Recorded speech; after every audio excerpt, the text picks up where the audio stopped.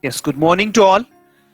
My name is Gumira Chandra Sen, and we are trying to understand FY become business economics. Under business economics, we are trying to focus on module number second. Under module number second, we try to understand demand analysis. In previous lectures, we try to understand what is meant by demand. We already learned in module 1. Also, we try to understand then different types of competition, and under different types of competition, what is the role of demand curve, right? And just previous lecture we focused to the king demand curve. Anybody can tell me please what is meant by king demand curve? आठवतंय का जरासं? Complete विसरून नाही ना गेला तुम्ही? कशाला king demand curve म्हणायचं? Anybody know about it? What is mean by king demand curve?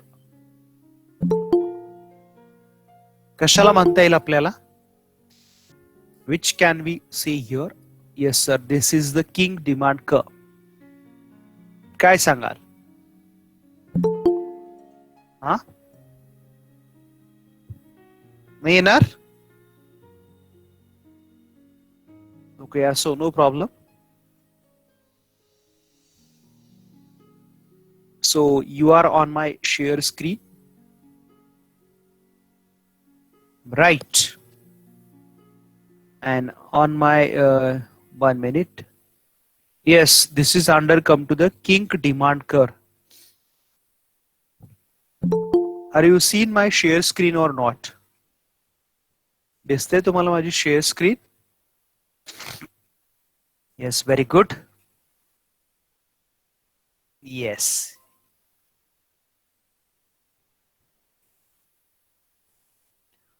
Here is the industry mature to with or without product differentiation, that price or a cluster of price fairly acceptable all firms has been established, right? These all we learn in previous lecture. Also we try to understand there in a king demand curve average revenue and marginal revenue, how that curve is created, right? Under the average revenue, we already learned there is the R, yes, one is remaining, yes, TCDA, and marginal level is a TB. Original demand curve is that TKN. Whether change in prices, then that can be the RKN, or can be the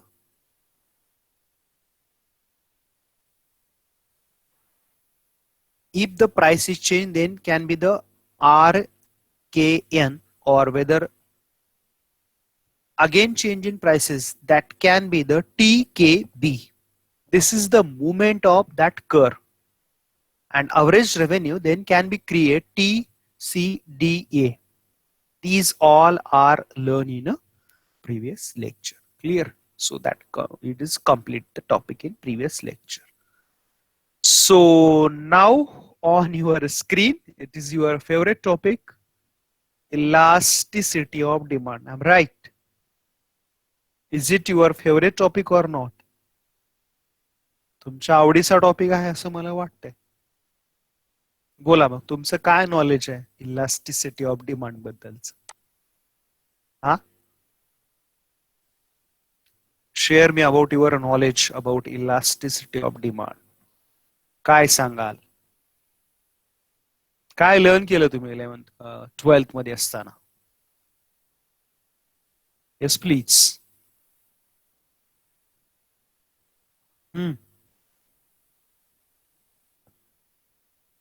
बोला.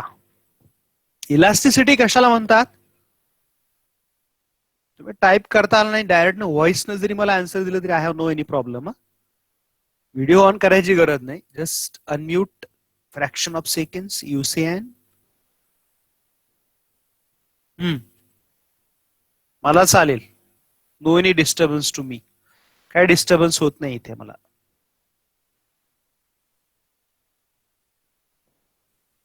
Elasticity कशाला म्हणूया मग?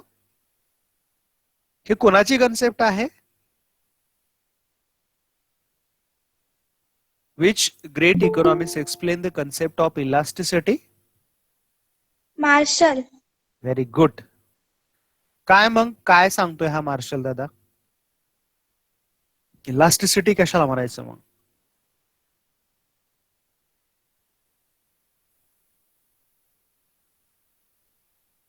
Ratio of proportionate change in the quantity demanded of a commodity to a given proportionate change in its price. Very good. पण मला सांगा, या इलास्टिसिटीची गरज का पडली? डिमांड लॉ तर सांगितला होता की नाही?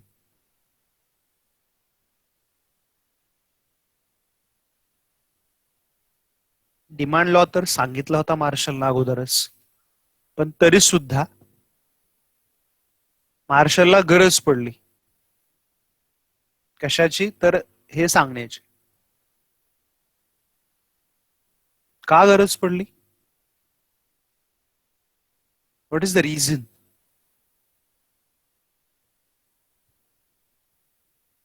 डिमांडचं स्टेटमेंट माहिती आहे ना? Change in price, change in quantity, right? दोन्ही स्टेटमेंट तेच आहेत. This is my statement. हा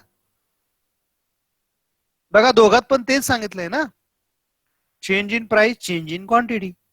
आणि इलास्टिसिटी मध्ये पण तेच सांगितलंय ना, change in price, change in quantity. मग काय इलास्टिसिटीची गरज का पडली? काय लॉ ऑफ डिमांड मध्ये तर ती थिअरी सांगितली होती त्याने.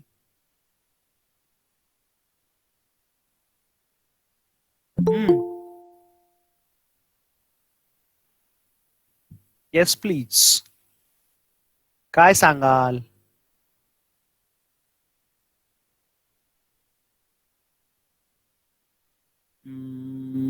Archana is replying. Describes their responsiveness of change in the quantity demand due to fall or rise in price. No.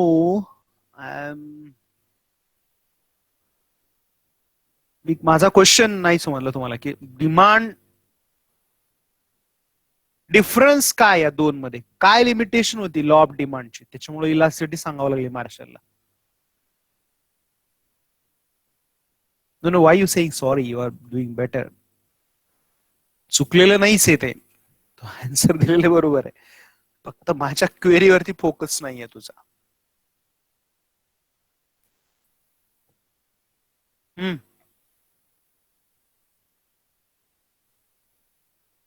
बोला बोला. तुम्ही व्हॉइस न बोलला ना, मला जास्त इंटरॅक्टिव्ह वाटतं आणि तुम्हाला पण कळेल ना की आपण कसे बोलतोय, आपण कसं रिॲक्ट होतोय. आणि इथं मला काहीच प्रॉब्लेम येत नाही. वेल क्वालिटीचं कनेक्शन आहे आणि खूप चांगलं इंटरॅक्शन होत असं. मग टाईप करत बसण्यापेक्षा इमिडिएटली तुम्ही व्हॉइस न बोलू शकता. येस, अजून कोणी सांगेल? माझा क्वेश्चन तोच आहे. Question is very straight. Law of demand मध्ये सांगितलं का नाही, change in price, change in quantity. आणि इलास्टिसिटी मध्ये पण तेच सांगितलंय. मग वेगळं पण काय आहे त्याच्यामध्ये? काहीच नाहीये असं माझं मत आहे. मार्शल तर ग्रेट माणूस आहे म्हणून तर त्याने सांगितले. So you criticize to me.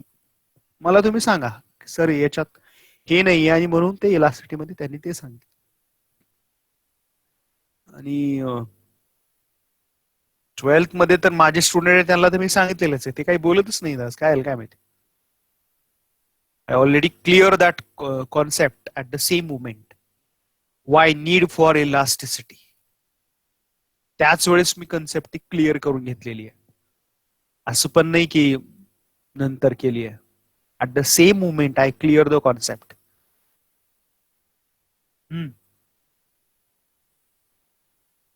Law of demand falls explain quantitative relation between price and quantity. Okay, very good. Elasticity मध्ये काय असं वेगळं?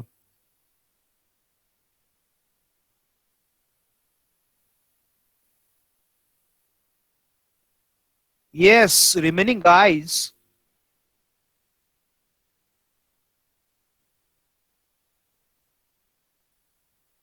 बोला.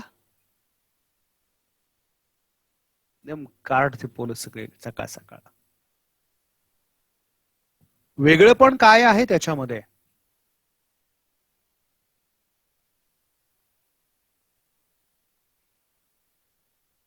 काहीच नाही म्हणून sir. Yes, there is just explain a relation price and quantity, but there is not explain how many percentage change in price in law of demand and how many percentage change in quantity. Yes, Shipa is replying its degree responsiveness. Yes, तेच मी सांगायला लागलो, तुम्ही सांगितलं. एवढ्यावरती mic वरती बोलून झालं असतं ते. ओके, ठीक आहे, fine. Whether the percentage change in price, percentage change in quantity explain in elasticity, but that not explain in demand. That is the reason Marshall there just explain the relation. And also I already I told you, there is just a demand statement is a qualitative statement. Listen carefully. This is the qualitative statement. There are just explain that change in price, change in quantity, but there is no any numbers of measurement. But in elasticity, there is the measure in specific numbers. That is the responsiveness of the degrees. Clear? हे measurement elasticity मध्ये केलेलं आहे, जे demand मध्ये केलेलं नाहीये. Clear? तर तुम्ही माझ्या परत एकदा शेअर स्क्रीन वरती ऑलरेडी आहातच. So I continue the topic. आत्ताच मी सांगितलं की demand explain the direction of change price and quantity contrast, but demand respond change in prices. Clear? It explain the degree of responsiveness of demand. Demand हे सांगत नाहीये किती percentage मध्ये quantity change झाल्यानंतर किती पर्सेंट मध्ये रिस्पॉन्स, फक्त तो चेंज झाले सांगतो. क्लिअर? आणि ही ग्रेट इकॉनॉमी जे सांगितले त्यांचं नाव आहे Alfred Marshall, who trying to explain what is mean by elasticity and also they are explained to the demand. हा झालेला टॉपिक आहे, तुम्हाला तरी थोडासा घेतो जसं जमवलं होईल तसं. क्लिअर? तुम्हाला सगळ्यांना झालेला आहे ना? एक का दोन स्टुडंट फक्त सायन्स कडनं कॉमर्सला आलेले आहेत आणि ते लेक्चरला नेमके नसतात. असो. Elasticity of demand is great or small according to amount demanded, which rises much or little for a given fall in price, and quantity demanded falls much or little for given rise in price. Clear? The statement is very clearly mentioned. Demand is great. Sir me delay असतो. हो, खरंय खरंय साहेब लोक तुम्ही, मी एकटाच बिनकामाचा आहे. Elasticity of demand is great or small according to the amount. एकतर ती जादाचा म्हणजे खूप जास्त क्वांटिटी चेंज होईल, स्मॉल चेंज होईल. Right? According to the amount of demand. तिथे महत्वाचं काय? Quantity, amount of demand which raises much or little. जसं इथं ग्रेट म्हणजे रायझेस, तसं लिटल म्हणजे कमी सुद्धा होऊ शकतं. Given in a fall in prices and quantity demand falls much or little given rise in price. तेच रिलेशन आहे. कोणतं? जे आपण ऑलरेडी डिमांड मध्ये पाहिलेलं आहे, असं हेच रिलेशन आहे. क्लिअर? आता काही ठिकाणी रिलेशन्स प्राइस इलास्टिसिटी मध्ये चेंज होत आहे. हे असं नाही कन्सिस्टंट राहत नाही, पण याला बघूनच मार्शलनं पुढे कॅरी केलेलं आहे. कारण की नावातच आहे ना, बघा ना समोर, इलास्टिसिटी ऑफ डिमांड, म्हणजे परत फोकस हा डिमांड वरतीच आहे. Clear? So that is the possibility, म्हणजे ती पॉसिबिलिटी आपल्याला कधी विसरू चालणार नाही. Clear? So this is the mention is there responsiveness of that quantity and demand. मार्शलची कन्सेप्ट आहे. प्रोफेसर सॅम्युएल्सननी पण सांगितले की elasticity concept measuring how much quantity demanded response to change. हे एक मेजरमेंट आहे आणि मेजरमेंट काय करत आहे, क्वांटिटी डिमांडेड टू चेंज, किती प्राइसेस मध्ये चेंज झाला आणि क्वांटिटी मध्ये किती चेंज झाला हे सांगायचं ते काम करत असतं.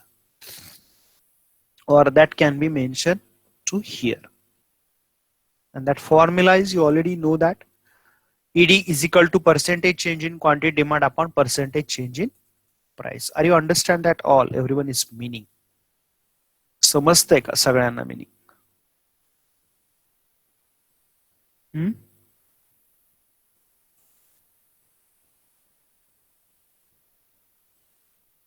Yes, very good. त्या वेळेला मला रिस्पॉन्ड करत चला, अगदी माईक वरून डायरेक्ट जरी व्हॉइस न बोलला तरी चालेल. I have no any problem. Okay, now we see the importance of elasticity of demand. मला सर पहिले तर शेवटी होतं, आता अगोदर आहे थोडं दिले सिलेबस आपण घेत चालूया. डोंट वरी, आपल्या इलास्टिसिटी पुढे पाहायचीच आहे. So don't worry that. आता फक्त या वर्षी इलास्टिसिटी थोडीशी सेपरेट केली आहे, theoretically importance and practical importance. Clear? What is the difference between theoretical importance and practical importance? काय सांगाल? काय डिफरन्स आहे? What you say here?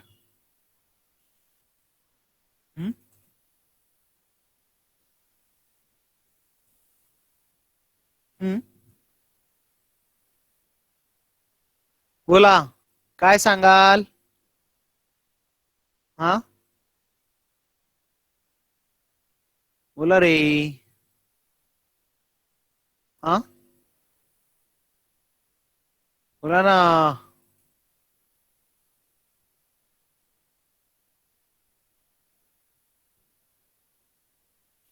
समजा ही टू व्हीलर चालवायची मी तुम्हाला एक थिअरी शिकवली, बरोबर आहे का? I give you theory. याचं तुम्हाला मी नॉलेज दिलं की बाबा असे ब्रेक्स यूज करायचे, असं असं ही गाडी चालवायची वगैरे वगैरे. क्लिअर? याचं मी तुम्हाला काय दिलं अगोदर? I give the knowledge. तुम्हाला काय दिलं मी? हे सगळं लिहून दिलं की असं असं असं कर. हे थिअरी शिकवलं तुम्हाला क्लासमध्ये ऑनलाईन. हे काय झालं? थिअरॉटिकल. हीच थिअरी तुम्ही प्रॅक्टिकली यूज केलीत चालवत असताना. हे काय झालं? Practical. Simple. Are you understand?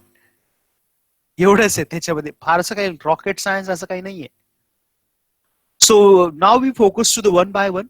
How is the importance? But I think you know very well what is the importance. General importance, tell me please.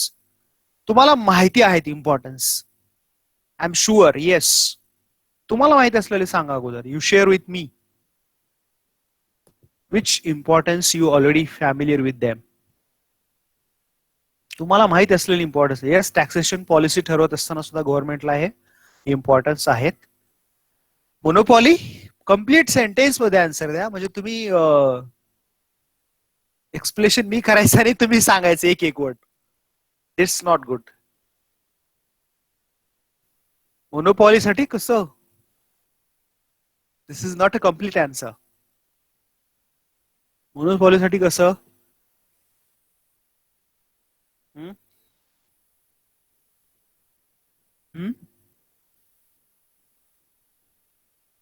Monopoly नाही येते, मोनोपॉलिस्ट असा वर्ड आहे.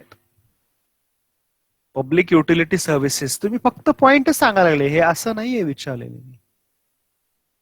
I think you are giving the subjective answer. I am not expecting such types of answers. Practically give the subjective answer. हे आहे आणि monopoly नाहीये, हे मोनोपॉलिस्ट, not a monopoly. सांगता येईल कोणाला? एकाला पण माहित नाही, फक्त आम्हाला पॉइंट्स माहित आहेत. ऍक्च्युअल त्याचं कसं काय होतं काहीच माहित नाही. राईट? असेल कोणाला तर सांगा, नो प्रॉब्लेम फॉर मी.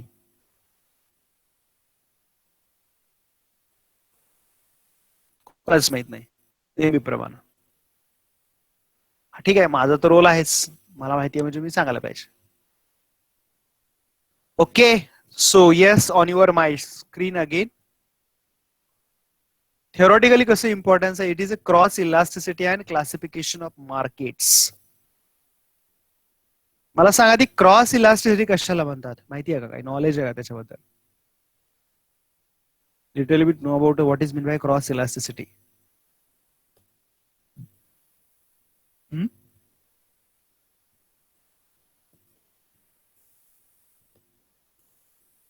हा,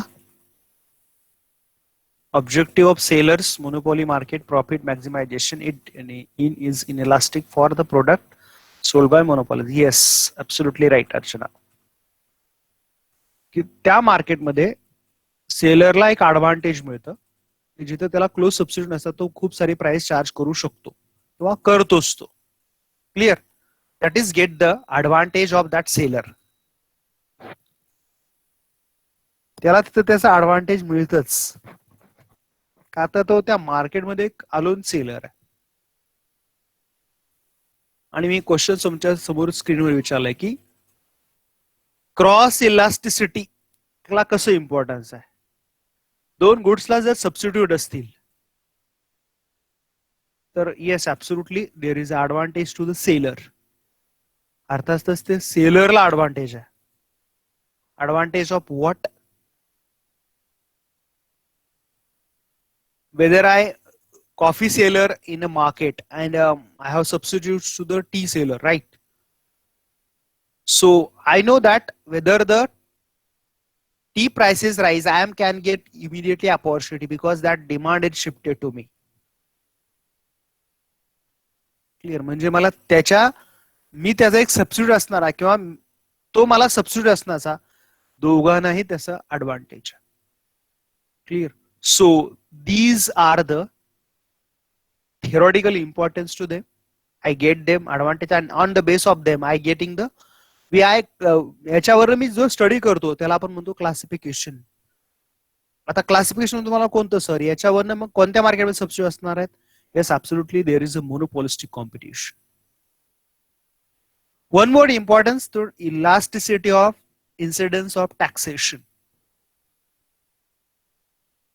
मला सांगा गव्हर्नमेंट टॅक्स इम्पोज करताना गव्हर्नमेंटचा माइंडसेट काय असतो? तुम्हाला सर गव्हर्नमेंटला माइंडसेट असतो काय? बजेट तयार करणे तुमच्या आमच्यासारखी माणसंच आहेत ना, त्यांना माइंडसेट असू शकतो ना? असू शकत असं नाही म्हणू शकत आपण. मला सांगा टॅक्स कशावरती जास्त लावले जातात? If government wants more revenue, those goods will be taxed more. मग टॅक्स तर इसेन्शियल गुड्स वरती पण मोर आहे. I am right?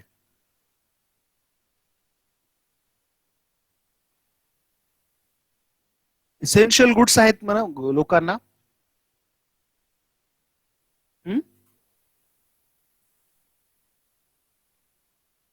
येस, बोला.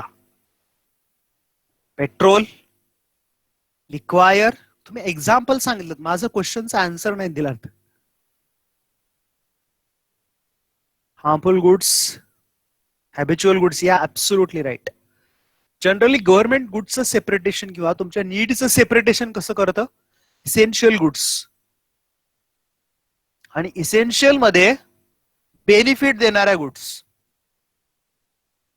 Food, shelter, cloth, health, education म्हणजे तुमच्या वेलफेअरसाठी चांगल्या आहे, त्याच्यावरती गव्हर्नमेंट कमी टॅक्सेस चार्ज करतं. पण दुसरी एक कॅटेगरी आहे जी इसेन्शियल आहे, हॅबिच्युअल गुड्स. त्याच्यामध्ये पण परत सेपरेट करतं गुड हॅबिट आणि bad habit.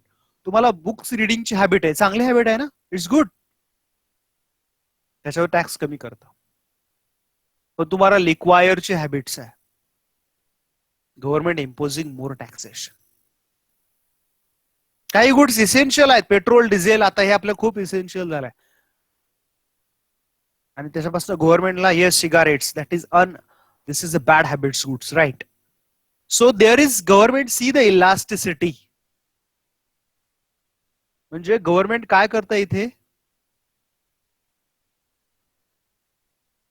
They are studied the less than one goods कोणत्या आहेत त्याचा एक व्हेरिफिकेशन करतं आणि ग्रेटर दॅन वन. आणि मग गव्हर्नमेंट इकडे जास्त टॅक्स लावते. इथे आपण इथे मी तुम्हाला सांगितलं इथे कुठं बॅड हॅबिट्स गुड्स जास्त लावतं, इथे लक्झरियस गुड्स येतात ग्रेटर दॅन वन मध्ये. क्लिअर? ही झाली इलास्टिसिटी. आणि इन्सिडन्स म्हणजे टॅक्स पेअर कोण आहे फायनली? दोन टाईपचे टॅक्स आहेत मेन, बरोबर आहे ना? I am right. One is direct and another one is indirect. Direct tax मध्ये इन्सिडन्स आणि burden and incidence on one person, इथं दोन मध्ये परत डिवाइड होतो. इन्सिडन्स, इफेक्ट आणि बर्डन ज्याला आपण म्हणतो ते एकाच वरती असतं. इकडे काय असतं? गुड्स वरती. तर गुड्स वरती टॅक्स एक जणावरती, म्हणजे तुम्ही जर एखादा सोप घेतलात, बरोबर आहे का नाही, तर तो सोपची प्राइस कंपनीकडनं घेतली जाते, पण त्याचं तो मनी कुणाकडनं घेतो? ते are taken from its consumers. ती कंपनी स्वतः पे करते, म्हणजेच ती कन्झ्युमरला ते, म्हणजे ही इथे बर्डन शिफ्ट झालं टॅक्स त्या. क्लिअर? म्हणजे इथं ट्रान्सफर होतो tax. So incidence of taxation. गव्हर्नमेंटला ज्यावेळेस टॅक्स पॉलिसी इम्प्लिमेंट करायचं याचा सगळा विचार करावा लागतो. Incidence and all. Clear? Next, elasticity and monopoly.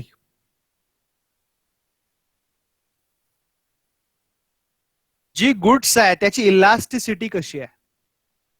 Elasticity is greater than 1 और लेस दॅन 1. ज्यावेळेस आपण एखादं प्रोडक्शन स्टार्ट करायचं ठरवत होतो, आपले क्वेश्चन्स येतात, how, where, whom, when, etcetera, right?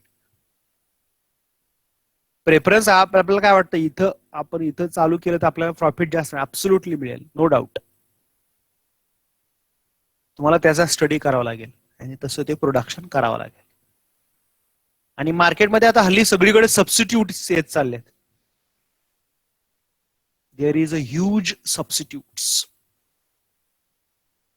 खूप साऱ्या सबस्टिट्यूटचा प्रॉब्लेम नाही म्हणू शकत, पण तुम्हाला तेवढं ऍक्टिव्ह राहायला पाहिजे. Clear? So this is the elasticity and monopoly also help to them. Elasticity of devaluation. आपण आज अज्युम करूया $1 ₹70 मिळतात, बरोबर आहे? काय असेल? आता जरा डोकं शांत ठेवून द्या. आता समजा मी असं झालं, $1 इज इक्वल टू ₹100. आणि किंवा असं झालं, $1 इज इक्वल टू ₹50. मला सांगा याच्यातलं डिव्हॅल्युएशन कोणतं, डिव्हॅल्युएशन कोणतं आणि इव्हॅल्युएशन कोणतं?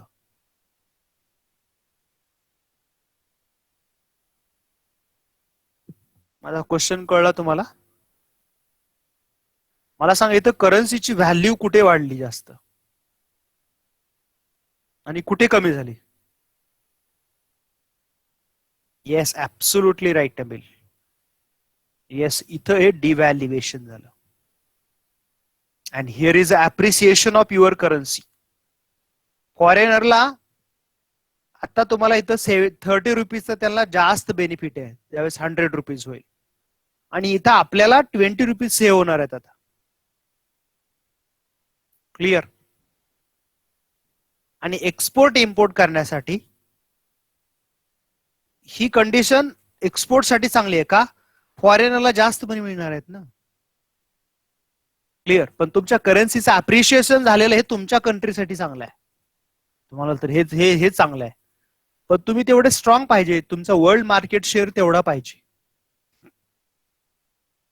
तुमचा जेवढा एक्सपोर्ट जास्त तेवढं तुमच्या करन्सीचं अप्रिसिएशन होतं, म्हणजे करन्सीची व्हॅल्यू वाढते हे. And also one more your knowledge, I told you here, when we independent our country, ज्यावेळेस आपला देश स्वतंत्र आला होता त्यावेळेस $1 इज इक्वल टू ₹1 होतं, माहितीये का तुम्हाला? Are you know that? When our nation is independent. बघा आज काय काय झालं एवढ्या वर्षामध्ये. $1 इज इक्वल टू ₹1 होतं. सरप्राईज वाटतंय ना थोडस? कोणाचं अप्रिसिएशन झालं आणि कोणाचं डेप्रिसिएशन झालं एवढ्या वर्षामध्ये? Yes please. कोणत्या करन्सीचे अप्रिसिएशन झालं? तेव्हा आम्हाला within years, which currency's appreciation?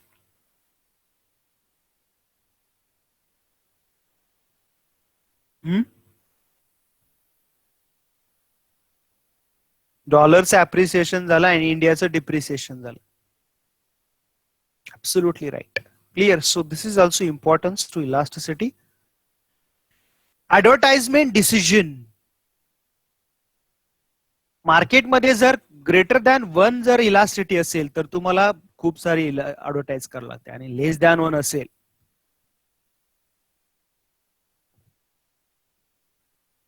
मी अजून तरी समजा या गुड्स आहेत कोथिंबीर खा मेथी खा हे डॉक्टर सल्ले देतात ह्याच्या ऍडव्हर्टाइज मी नाही पाहिले अजून अशा ऍडव्हर्टाइज बघितला तुम्ही म्हणजे मी तरी नाही आमचे टमाटे आमचे पोटॅटो आमचे कांदे आमचे व्हेजिटेबल्स आमची कोथिंबीर आमची वांगी याच्या ऍड बघितलात का तुम्ही कधी डॉक्टरांचे सल्ले नाही म्हटलं मी ऍडव्हर्टाइज का ऍडव्हर्टाइज नसते त्यांची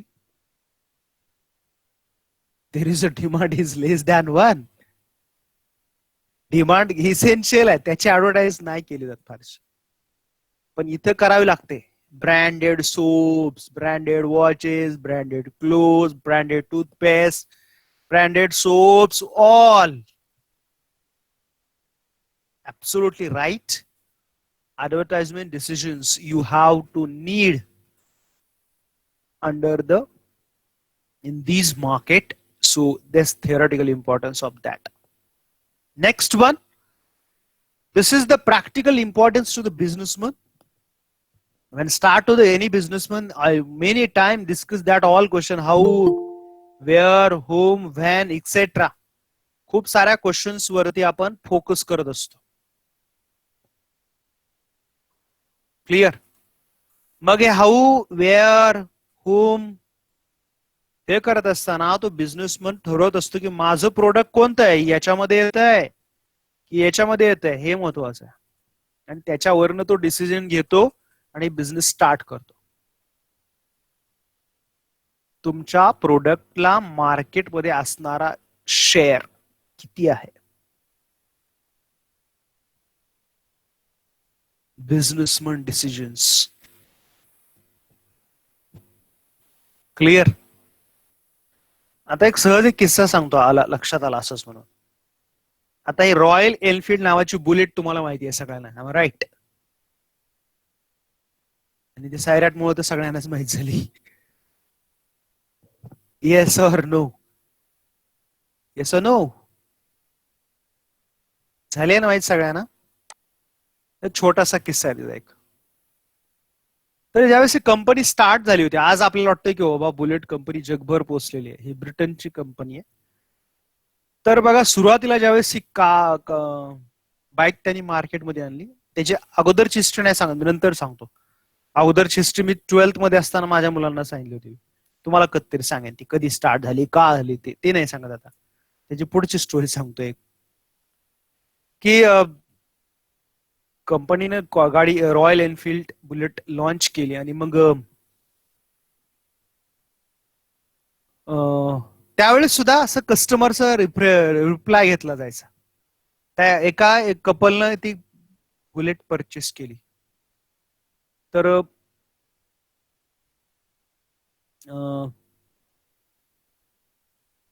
तो म्हणला मी त्याचा रिप्लाय आला एका साधारणतः काही महिन्यामध्ये म्हटलं मी बुलेट परचेस केले पण गाडीला प्रॉब्लेम आहे तुमच्या याला बुलेटला आईस्क्रीमचा प्रॉब्लेम आहे क्लिअर बटरस्कॉच घेतली तर ही चालतच नाहीये आणि एक फ्लेवर विसरलो मी अजून आईस्क्रीम मधला पण ती घेतली की गाडी चालते म्हणलं व्यवस्थित हे काहीतरीच असंही म्हटले आणि सगळे हसायला लागले कंपनीला रिप्लाय आला असा तर पहिल्यांदा काही सिरियस नाही घेतलं परत अजून काही मंथनी परत कंपनीला तसंच ते लेटर आलं त्यांचं तुमच्या गाडीला बटरस्कॉच आईस्क्रीम आवडतच नाही अगदी कंपनीला वाटलं आपला प्रेस्टिज इश्यू आहे सुरुवातीला रॉयल एनफिल्ड आज जी मोठी कंपनी म्हणजे सुरुवातीपासून स्टेटस जपून होती ती कंपनी आता कंपनी थोडंसं सिरियस ठरवलं की 1-2 लेटर्स आले, 1-2 रिप्लाय आले त्यांचे. आता कंपनीने ठरवलं की नाही, आता आपण हे थोडंसं सिरियस घेऊया. आणि मग परत तसंच मग त्यावेळेस त्यांनी सांगितलं तुम्हाला कधी प्रॉब्लेम येतो तुम्ही सांगा. म्हणजे आता मी आता ही असं मार्केटला आलो इकडं, फोन करून सांगितलं आणि तिथं या तुम्ही. लगेच कंपनीने एक इंजिनियर त्यांचा पाठवला आणि तिथे गेले ते. तिथं त्यांनी बघितलं तर ती बटरस्कॉच घेतली आईस्क्रीम आणि गाडीची स्टार्टच होईना. त्याच्या अगोदरच्या वेळेस आईस्क्रीम वगैरे घेतलं तर त्यावेळेस कधी काय झालं नाही 1-2 दिवसापूर्वी. अरे हो असंच. मग आता हे सगळं सिरियस झालं मॅटर. मग असं काय होऊ शकतं, गाडीला आईस्क्रीम आवडत नाही. आता ते खरं होते काय झालं. पण तो इंजिनियर होता आणि मग त्याने त्या इंजिनियरनं बघितलं, म्हणला तुम्ही कुठनं आईस्क्रीम परचेस करता. तर जे आईस्क्रीम तो घ्यायचा एक, ते नाव विसरलं त्याचं मी. तर तिथं लाईन काही नसायची, क्यू काहीच नसायची तिथे आईस्क्रीम घेताना त्या स्टोअरला. लगेच घ्यायचा आणि गाडीवर निघून बसून जायचा. आणि मग ते इंजिन गरम असायचं, ते लगेच स्टार्ट व्हायचं आणि लगेच जायचं. पण बटरस्कॉचची आईस्क्रीम जिथं तो घ्यायचा तिथं लाईन असायची कंटिन्युअसली ते आईस्क्रीम घेण्यासाठी. आणि तिथं तो लाईनला लागल्यामुळं काय व्हायचं, वेळ जायचा आणि मग त्यावेळेस ते इंजिन परत कूल व्हायचं आणि परत ते स्टार्टच व्हायचं नाही लवकर. खूप साऱ्या किक मारत लागावं लागायच्या त्यांना आणि नंतर मग ते स्टार्ट व्हायचं. असा त्यांनी स्टडी केला त्या कंपनीनं. मग कंपनीने एक ऑब्झर्वेशन काढलं, आईस्क्रीमचा हा इश्यू नव्हताच, पण तो म्हणायचा तुमच्या गाडीला बटरस्कॉच आवडत नाहीये. मग तो इंजिनियरला कंपनी सांगितलं की आपल्या गाडीला ज्यावेळेस आपण स्टार्ट मध्ये असतो लगेच स्टार्ट केली तर ती काही प्रॉब्लेम येत नाही, पण त्याला थोडासा स्पॅन गेला मध्ये तर ती कुलिंग व्हायला वेळ लागतो आणि गाडी लगेच स्टार्ट होत नाही, असे कन्क्लुजन काढलं. आणि इमिडिएटली ही 1946 ची गोष्ट, 1946ची. आणि लगेच कंपनी त्याच्यावरती सोल्युशन काढलं, इंजिन मध्ये बरेचसे काही चेंजेस केले आणि त्याच पर्सनला नंतर मग त्यांनी ती गाडी बदलून दिली. आणि मग तो त्याचाच त्या कस्टमरचा परत कंपनीला फोन आला की नाही आता माझ्या गाडीला बटरस्कॉच पण आवडते. ह्या कंपनीने त्याच्या वेबसाईट वरती पण दिलेली एक story, untold story about bullet royal Enfield, याच्यामध्ये त्यांनी दिलेलं आहे. क्लिअर. आता मोठ्या मोठ्या ज्या कंपन्या होतात, असं आपल्यात तर म्हणलं असते ना की ती अंधश्रद्धा आहे असं काय काय आहे, पण ही मोठी कंपनी एखादी होते ना तर त्याच्यामागे या छोट्या छोट्या गोष्टी असतात. आज रॉयल एनफिल्ड कंपनीचा मोठा वर्ल्ड मार्केट शेअर आहे, not only in sale in India only. Prestige bike म्हणून बरीच लोक घेतात त्याला, आय राईट. आणि आपलं एक पॅशन म्हणून आपण घेत असतो ते. क्लिअर. तर मी असं सहज आठवलं म्हणून सांगितलं. तर बिझनेस म्हणून आता रॉयल एनफिल्डचा जर इलॅस्टिटी काढला तर ती काय इलॅस्टिटी असणार मग?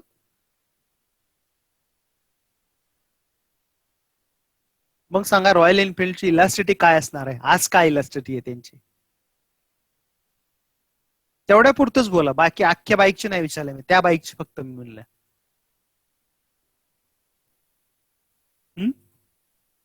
Elasticity of bike is less than 1. का? तर त्या मार्केटमध्ये शेअर खूप जास्त आहे. ऍक्च्युअली बुलेट मार्केट म्हणजे टू व्हीलर मार्केट, त्याची इलास्टिसिटी कशी आहे, greater than 1. Are you understand? कारण की खूप साऱ्या सबस्टिट्यूट बुलेटला पण आहेत ना, पण त्यांचं ऍक्च्युअल मार्केट जर त्यांचे कंझ्युमर बघितलं तर ते कसे आहेत, लेस दॅन 1. बुलेटच्या प्राइसेस मध्ये 2 बाईक येतात ना चांगल्या, आय एम राईट. तेवढ्याच बुलेटच्या प्राइसेस मध्ये तुम्हाला चांगल्या क्वालिटीच्या 2 बाईक सुद्धा येऊ शकतात किंवा येतातच. No doubt. Are you understand this all? Clear. So this is, you can see to here the government and finance minister. Taxation मध्ये थोडंसं आपण बघितलं, इथं इन्सिडेन्स होती होतं, इथं गव्हर्नमेंटला सांगून झाले माझं ऑलरेडी की फायनान्स मिनिस्टरला एक लोड असतो ह्या वर्कचा की टॅक्सेशनचं सेपरेटेशन करणं, इलास्टिक आणि इन इलास्टिक असं गुड्स मध्ये. क्लिअर. आणि imposing then taxation. International trade करत असताना एक्सपोर्ट इम्पोर्ट ज्याला आपण म्हणूया, एक्सपोर्ट समजा करायचा आहे तर कंपनी काय स्टडी करते की आपल्या गुडचा एक्सपोर्टची इलास्टिटी कशी आहे. समजा इलास्टिटी लेस दॅन 1 असेल तर काही इश्यू नाहीच आहे, नो प्रॉब्लेम. पण इलास्टिटी जर ग्रेटर दॅन 1 असेल तर very simple, small price of product is decline. तुमच्या प्रोडक्टच्या प्राइस थोड्याशा कमी करायच्या, झटक्यात तुमचा एक्सपोर्ट वाढणार. Simple. So it is helpful. Policy maker, जे पॉलिसी मेकर असतात ते त्या सगळ्याचा स्टडी करतात की इलास्टिसिटी कशी आहे गुड्सची. How is the different goods elasticities. Clear. So policy makers also importance to them. Trade unionist ज्याला आपण म्हणतो, ट्रेड युनियनला इलास्टिसिटी कशी इम्पॉर्टन्स आहे थोडस तुम्हाला माहिती आहे, तुम्हाला पण विचारलं पाहिजे ना, नाहीतर अगदीच तुम्ही पण झोप काढायला लागाल. मग ट्रेड युनियन साठी इलास्टिसिटी कशी इम्पॉर्टन्स आहे काय सांगाल? How is the importance elasticity to the trade unions? Fixation of wages. Yes. मला सांगा एखाद्या ट्रेड युनियनला कधी ऍडव्हान्टेज जास्त आहे स्ट्राईक करण्यासाठी? माझा क्वेश्चन समजलाय तुम्हाला? त्यांच्या प्रोडक्टला डिमांड कशी पाहिजे तर त्या ट्रेड युनियनला ऍडव्हान्टेज जास्त आहे. लेस दॅन 1 असताना ऍडव्हान्टेज जास्त आहे की greater than? Not fair price. Nabeel no. हा क्वेश्चन अगदी स्ट्रेट आहे. No no no. त्यांच्या प्रोडक्टला डिमांड कशी असल्यावर त्यांना ऍडव्हान्टेज जास्त आहे, लेस दॅन 1 की ग्रेटर दॅन 1? हा,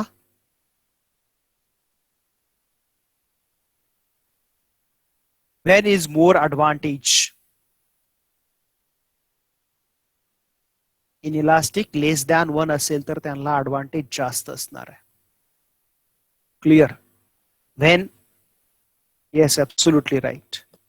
क्लिअर. ज्यावेळेस ट्रेड युनियनला त्यांच्या प्रोडक्टला जर डिमांड कशी सांगितलं तुम्हाला, when they are the when run the market, ज्यावेळेस ते मार्केट स्टार्ट करतील, बरोबर आहे का नाही, तर त्यावेळेस त्यांच्या प्रोडक्टला असणारी डिमांड मार्केटमध्ये लेस दॅन 1 असेल तर ते जास्त ऍडव्हान्टेज घेतील. व्हाईस वर्सा, जर तिथं त्यांना मार्केटमध्ये त्यांच्या प्रोडक्टला ग्रेटर दॅन 1 डिमांड असेल तर त्यांना ऍडव्हान्टेज तिथं जास्त मिळणार नाही. Clear. So this is one of the possibility. ही सुद्धा एक पॉसिबिलिटी आहे त्या मार्केटची. Clear. So in this way here today we understand what is mean the elasticity and how that all are the importance to here. Clear. समजले सगळ्यांना इथपर्यंत? तर आज आपण इथे थांबूया आणि नेक्स्ट वीकला आपण हा टॉपिक परत कंटिन्यू करूया. क्लिअर. तुमचे नाव टाका चॅट बॉक्स मध्ये. Clear. Now I am stop today here. Yes. Bye bye bye. चला चला चला. Have a nice day.